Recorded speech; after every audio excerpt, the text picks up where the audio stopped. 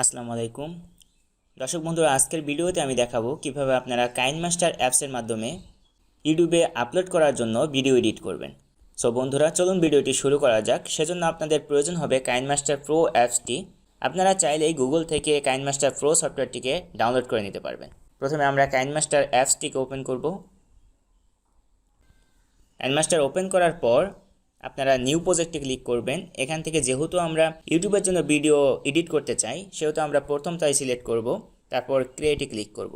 KineMaster দিয়ে video edit করার জন্য বেস্ট প্র্যাকটিস হচ্ছে প্রথমে আপনারা একটি ব্যাকগ্রাউন্ড ইমেজ সিলেক্ট করে নেবেন।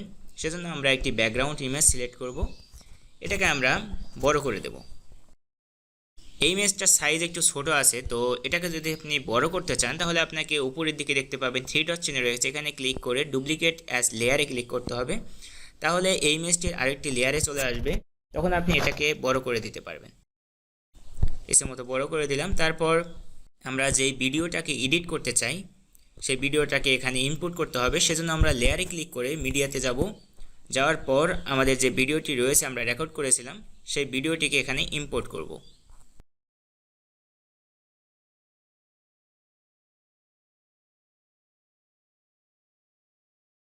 প্রথমে আমরা ভিডিও থেকে অডিওকে আলাদা করব, সেজন্য আমরা ভিডিও লেয়ারের উপর ক্লিক করব।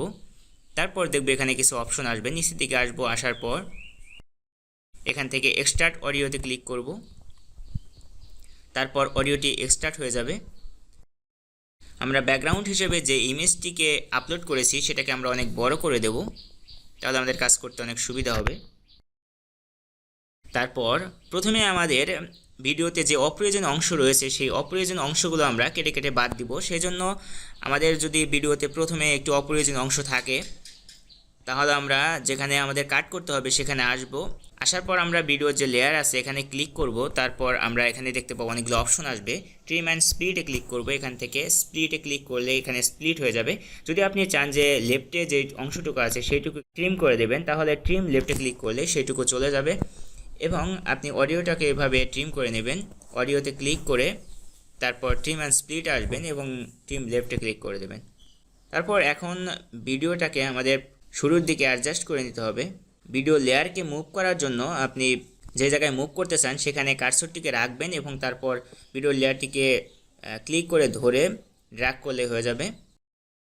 ওকে, এখন আমরা পুরো ভিডিও থেকে যে অপ্রয়োজনীয় অংশ আছে সেই অপ্রয়োজনীয় অংশগুলোকে ডিলিট করব। আমাদের যে ভিডিও লেয়ার আছে এটাকে আমাদের রোটেট করতে হবে। রোটেট করার জন্য আপনি এটাকে ধরে এভাবে রোটেট করে দিতে পারবেন। তারপর আমরা অ্যাডজাস্ট করে নেব। ওকে, তারপর আমাদের ভিডিওতে যদি অ্যানিমেশন অ্যাড করার প্রয়োজন হয় তাহলে আমরা ভিডিও লেয়ারে ক্লিক করব। এখান থেকে ইন অ্যানিমেশনে ক্লিক করব। এখান থেকে আমরা যে কোনো একটি অ্যানিমেশন অ্যাড করতে পারবো। আমরা যদি অ্যানিমেশনে ক্লিক করি তাহলে আমরা এটার প্রিভিউ দেখতে পাবো।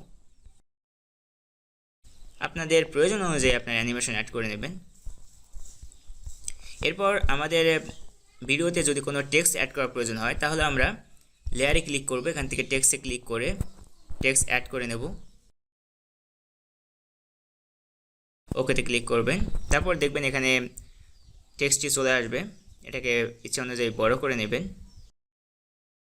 তারপর টেক্সটের লেয়ারটাকে বড় করে দেবেন। ফন্টটাকে যদি চেঞ্জ করতে চান তাহলে টেক্সট লেয়ারকে সিলেক্ট করে তারপর এখানে দেখতে পাবেন ফন্ট রয়েছে, এখানে ক্লিক করবেন। তারপর যে কোনো একটি ফন্টকে আপনি সিলেক্ট করে দেবেন। ফন্টের কালার চেঞ্জ করতে চাইলে এখানে দেখবেন কালার রয়েছে, এখানে ক্লিক করবেন। তারপর যে কোনো কালার আপনি সিলেক্ট করে চেঞ্জ করতে পারবেন। ওকেতে ক্লিক করবেন, দেখবেন চেঞ্জ হয়ে গেছে কালার। তারপর আপনারা দেখবেন যে এখানে অ্যানিমেশন রয়েছে। আপনি টেক্সটের ভিতর অ্যানিমেশন অ্যাড করতে চাইলে অ্যানিমেশনে গিয়ে এখানে যে কোনো একটি অ্যানিমেশন আপনারা অ্যাড করতে পারবেন। তারপর আপনি যদি চান যে ওভারঅল অ্যানিমেশন অ্যাড করবেন, মানে এই যে টেক্সট আছে সেই টেক্সটটি সবসময় অ্যানিমেট করবে, তাহলে আপনাকে ওভারঅল অ্যানিমেশনে ক্লিক করতে হবে। এখানে গিয়ে যে কোনো একটি আপনি সিলেক্ট করে নেবেন আপনার পছন্দ অনুযায়ী, তাহলে দেখবেন সেটা সবসময় অ্যানিমেট হতে থাকবে। সো টেক্সটের কাজ শেষ। এখন আমাদের পরবর্তীতে লোগো অ্যাড করার প্রয়োজন হতে পারে। আমাদের চ্যানেলের যে লোগো আছে সেটা অ্যাড করার জন্য আমাদের যেতে হবে লেয়ারে, এখান থেকে মিডিয়াতে গিয়ে আমরা লোগোটাকে এখানে ইনপুট করব। লোগো ইনপুট করার পর আমরা যদি পুরো ভিডিওতে লোগোটি ব্যবহার করতে চাই তাহলে এটাকে টেনে বড় করে দিতে হবে। আমরা যে কোনো একটি কর্নারে লোগোটাকে ব্যবহার করব। সো আপনি যদি লোগোতে অ্যানিমেশন অ্যাড করতে চান তাহলে লোগোতে ক্লিক করে ওভারঅল অ্যানিমেশনে ক্লিক করে যে কোনো একটি আপনি আপনার ইচ্ছা মতো ইউজ করতে পারবেন। সো তারপর আমাদের শেষের দিকে সাবস্ক্রাইব বাটন অ্যাড করার প্রয়োজন হতে পারে। সো আপনি যদি চান যে সাবস্ক্রাইব বাটন অ্যাড করবেন তাহলে আপনাকে লেয়ারে যেতে হবে, এখান থেকে মিডিয়াতে গিয়ে সাবস্ক্রাইব বাটন অ্যাড করতে পারবেন। সিলেক্ট করে দিলাম। তারপর লাস্টের দিকে আপনি গ্রিন স্ক্রিনে যে সাবস্ক্রাইব বাটন রয়েছে এটা অ্যাড করতে পারবেন। এখানে গ্রিন স্ক্রিন রিমুভ করার জন্য আপনি এই লেয়ারটিতে ক্লিক করবেন, তারপর নিচের দিকে আসবেন, দেখবেন ক্রোমা কি অপশন রয়েছে, এই অপশনটিতে ক্লিক করবেন, এখানে অ্যানাবল করে দেবেন, তাহলে দেখবেন গ্রিন স্ক্রিন রিমুভ হয়ে যাবে।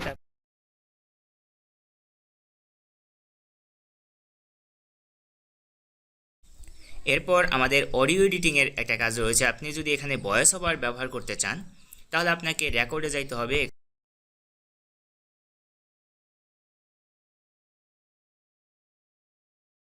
অডিওটি সঠিকভাবে রেকর্ড হয়েছে কিনা সেটা দেখার জন্য আপনি অডিওর যে লেয়ার রয়েছে মেইন অডিওটাতে সিলেক্ট করবেন, তারপর মিক্সারে গিয়ে এখান থেকে ভলিউম ডাউন করে দেবেন, তারপর প্লে করবেন, তাহলে দেখতে পাবেন আপনার অডিওটি রেকর্ড হয়ে যাবে।